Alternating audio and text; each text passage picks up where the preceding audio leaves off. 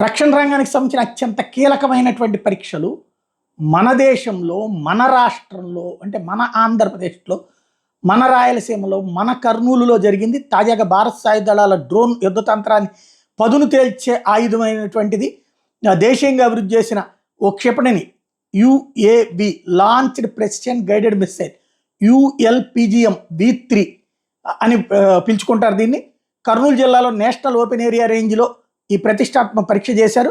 రాజ్నాథ్ సింగ్ చెప్పేదాకా విషయం ఎవరికి తెలియలేదు. ఈ ప్రయోగానికి సంబంధించిన ఫోటోను ఆయన పంచుకున్నారు.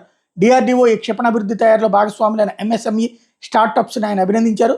సంక్లిష్టమైన టెక్నాలజీని అర్థం చేసుకోవడంతో పాటు ఉత్పత్తి చేయగలిగే సత్తా భారత్కు ఉందని ఈ పరీక్ష నిరూపించిందంటూ ప్రశంసించారు.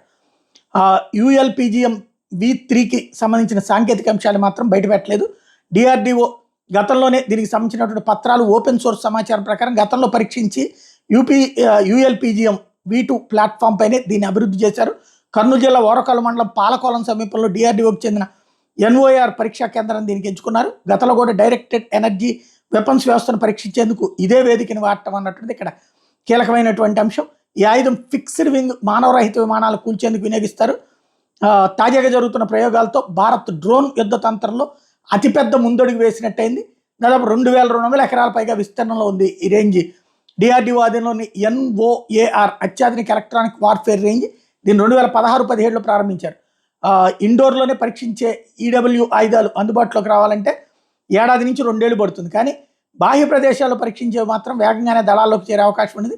ఇక్కడ పరీక్షించే ఆయుధాల్లో రాడార్లు, ట్రాన్స్మిటర్లు, యాంటెనాలు, సెన్సర్లు, కమ్యూనికేషన్ పరికరాలతో పాటు డైరెక్ట్ ఎనర్జీ లేజర్ వెపన్స్ కూడా ఉంటున్నాయి.